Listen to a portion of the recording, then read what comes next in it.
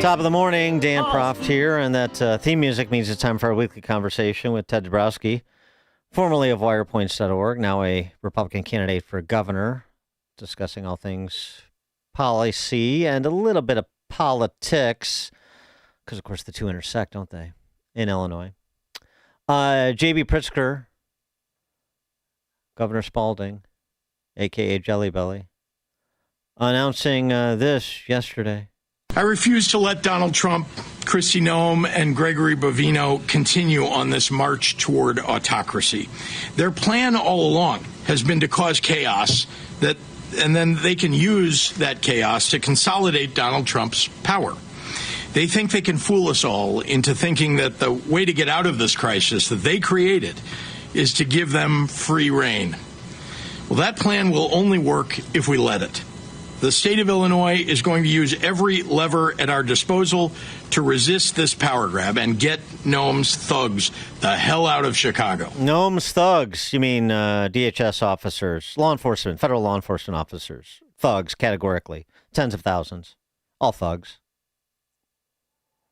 And as you might suspect, because he's a tough-talking governor. I'm not afraid. I am not afraid, and I won't back down. No, I won't back down. You can stand me up at the gates of hell, but he's at the gates of hell, all right. Back down. Uh-huh. Okay. All right. He's thrown down a marker. Before we lose sight of what we're discussing here, what the point of this is, the point of this is not the overheated rhetoric of Governor Spalding, a.k.a. Jelly Belly, a.k.a. Pritzker, or the silly executive orders of BLM Brandon. The point of this is to prevent, I'm talking about what we're discussing, what we're advocating for, what we're trying to address from a public policy and public safety perspective, to prevent stories like this one. A man accused of murdering 6 people in California was deported several times previously, according to ICE. A Mexican national in California, deported several times, now facing 6 counts of murder in relation to a September 7th crash while he was drunk.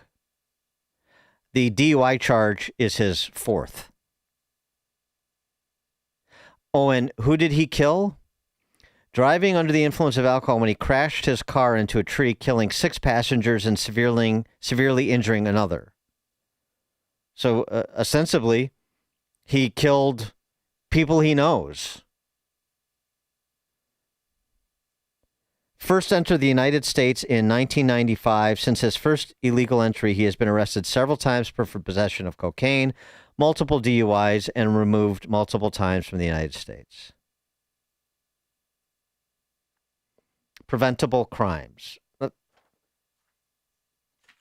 The migrants that were killed on that expressway in Florida when that illegal immigrant from India did an illegal U-turn because he didn't, I don't know, he didn't have the common sense not to try a U-turn on a turnpike with a tractor trailer, or he didn't understand the road signs, or some combination of the two. And what do we have here? We have a story of New York illegal immigrants getting real IDs they're not eligible for, and CDLs. Governor Kevin Stitt of Oklahoma weighing in on this, because he came upon an individual with a New York State commercial driver's license. The name on the license, no name given, from Richmond Hill, New York. CDL license good for 3 years. Kevin Stitt, the governor of Oklahoma, if New York wants to hand out CDLs to illegal immigrants with, quote, no name given, that's on them. The moment they cross into Oklahoma, they answer to our laws. Oklahoma Highway Patrol performed an enforcement action along I-40 and apprehended 125 illegal immigrants. And this is where they happened upon this New York State CDL with the name, no name given. but CDL issued, real ID, New York State real ID issued. And of course, Ted Dabrowski, our next guest, stood with Angel families last week outside that Broadview ICE facility to make this exact point. Ted, thanks for joining us. Appreciate it. Good morning, Dad. How are you? Good. The response to what Pritzker announced yesterday, the litigation against the Trump administration in federal court, and you can fold in BLM Brandon's ICE-free zone executive order if you'd like.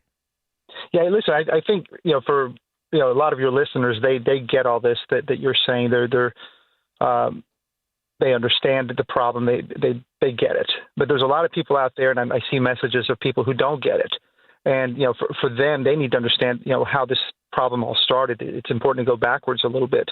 This whole mess started not under Trump, not under any of the ICE actions. It all started when Biden opened the borders and just let 12 million people flow in here without us knowing who was coming in, what numbers were coming in, how many criminals were coming in. We lost control of our state. We had an invasion. That's the real invasion we had when we let so many millions of people come in without any idea of who was coming in. The other point that's really important is that both Pritzker and Johnson incentivized more illegal immigrants, among them many criminal immigrants, to come to Chicago and Illinois because of the sanctuary policies and the welcoming policies. We have spent over $2 billion on free health care alone on illegal immigrants so far. And amongst that, when you start handing out free housing, free health care, free this, free that, you're going to incentivize many people who should not be here, including criminals. So that's the real problem. Now we're stuck. We the people who want law and order, we're stuck having to clean up this mess. And so that's where you get to the whole point that Pritzker and Johnson's policies are. They're harboring criminals because they don't want to hold these bad guys in jails. They keep letting them out, and they won't let ICE and federal law enforcement come in and take these guys. So it's a real policy of they're harboring criminals. And I don't know where the lines are for Governor Pritzker in fomenting violence as being some kind of indictable offense. But what I do know is that the people of Illinois should boot him out of office because what he is doing is dangerous and reckless. Yeah, it's the reference to thugs, which is actually a lighter touch than he's been giving rhetorically. He's called ICE agents terrorists. He's called them racist. Yeah. There's a good piece in the Journal, Wall Street Journal, by Kristen Wagner, who's the CEO at Alliance Defending Freedom. False charges of hate encourage violence, and that's what all these charges are. I mean, these charges are worse than just hate. They include hate, but they're the repeated allegations of disappearing people, like these are death squads, and that you have volunteers trying to identify ICE agents to protect people here illegally, and they are putting their lives on the line. They could be shot by ICE. All of this characterization with these false allegations encourages people who are already ideologically driven to cross the line. Again, perhaps it's not legal culpability, although you're getting close to incitement with some of the things that are close. Yeah, with some of the things that are said. But the result is what we saw this weekend in Chicago and around Broadview, and there were a number of arrests, and there should have been, as Chief Snelling, Chicago police chief, said. You had at least 2 individuals use lethal violence against federal law enforcement officers, and this is just completely glossed over by the political power structure that was on display yesterday. Yeah, not even just completely glossed over, but they tried to refute that, and at least Snelling has admitted it, so that we know the record there. No, I think that it's hard to find the right words to say it in a professional way.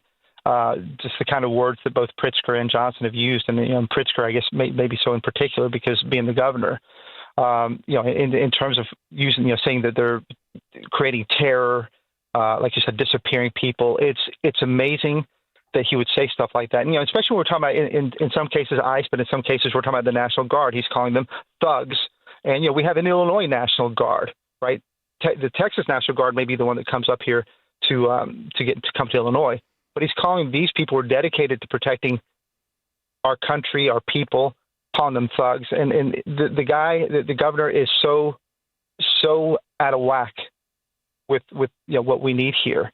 And this is the whole problem. Now you get to the whole problem of the whole system of policing and the whole public safety system. Because if it's rotten at the top, if it's rotten at the Pritzker level, if it's rotten at the Johnson level, it makes it very hard for a guy like Snelling, who I've liked many of the things he's said. I think you mentioned earlier, he speaks sense sometimes, and I like that. But it's hard for a guy like that to operate when the system is so corrupted by Johnson, by Pritzker. They're decarcerationists. They don't like the police. It's really hard to operate that. So if you want to fix Illinois and if you want to fix Chicago, you got to change the leadership because it's rotten. Well, I mean, if you were the governor, what would you do, particularly after this weekend, when you had, with all due respect to Superintendent Snelling, you had a stand-down order given by Chicago police to patrol officers that were set to respond to ICE agents in need that had made the request, given a stand-down order. If you're not going to have local law enforcement respond to protect federal law enforcement, what's a governor to do? Well, governor's got it. First thing we have to do is eliminate the sanctuary policies, and of course that could be difficult because of the supermajorities in the legislature. So I'd have to use executive powers, whatever executive powers I have, to demand that we cooperate with the federal authorities. And if that still doesn't happen, I would have to do everything I can, calling up the National Guard on our side to make sure we protect law enforcement and protect federal authorities. So it would be a battle, but it's a battle that has to be had because we have to protect our citizens. I mean, I can say it over and over till I'm blue in the face. We've led the country in murders for 13 straight years. It's 7,700 murders in those 13 years, 7,700 murders. Many, the 80 to 90% of them are Black and Hispanic people. So it's the minorities who are taking the blunt, bearing the blunt of this whole thing, and the South Side and the West Side. And so we have to protect our people. We have to protect the areas where it is so damn dangerous. And I would use all the powers to do that. Well, the other thing, too, is, just the resource issue. I mentioned this earlier in the show because Brandon Johnson's reaction to the stand-down order was just a blanket statement that Chicago police respond to 911 calls. And per your research over at WirePoints that we've discussed on this show over the years, well, actually, no, they don't. I mean, they do to the extent possible, but per your research over at wirepoints.org, in 2023, for example, there were 56% of more than 783,000 911 calls, Priority 1 and Priority 2 911 calls, serious 911 calls. 783,000, 436,000, or 56% of those 911 calls were not responded to because there were no Chicago police available to respond.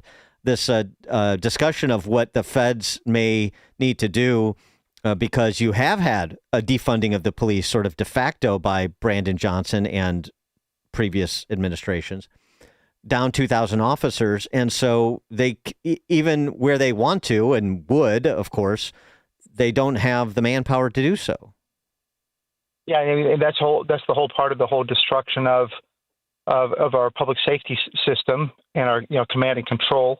It dies at the top, and it's what we've seen. And we published that stuff, and I couldn't believe it at first. Right, 56% of Priority 1 and 2. Those are the urgent 911 calls. Can't get a police officer there, in any kind of normal time. Sometimes 30 minutes, sometimes an hour, sometimes 2 hours. And and I don't want to blame the police at all for that. I want to blame the system and the fact that we're understaffed, undermanaged. It's become a real mess. And I want to make one more point, Dan. I want to go back to that other point we're making. Look, for people who think we're being too tough about calling for like National Guard to support our South and West sides and whatever other dangerous areas there are, don't forget that Pritzker called the National Guard to protect the DNC whatever it is, a year ago. He brought in the National Guard to protect the political elite. And if he can bring in the National Guard to protect the political elite, he's got to be able to bring the National Guard to protect his own people. But he won't do it. And that's the hypocrisy of the whole thing. Well, and federal law enforcement, right? Yeah. Well, yeah. protect them too. My God, these are people who are trying to protect. Again, they're going after violent criminals. I think that's the other forgotten part. They're going after super violent criminals. If we can't do that, I shouldn't say we. If the governor can't do that, he needs to be removed from office by Illinoisans. Ted Dabrowski, formerly the president of WirePoints, wirepoints.org, now a Republican candidate for governor. TedForIllinois.com is the website. Ted, thanks as always. Thank you, Dan. And Ted joined us on the Turnkey.Pro answer line. Hear about the big stories of the day, then talk about them right here on Chicago's Morning Answer on AM 560. The Answer. Hello, this is Alistair Begg. In September of 2026,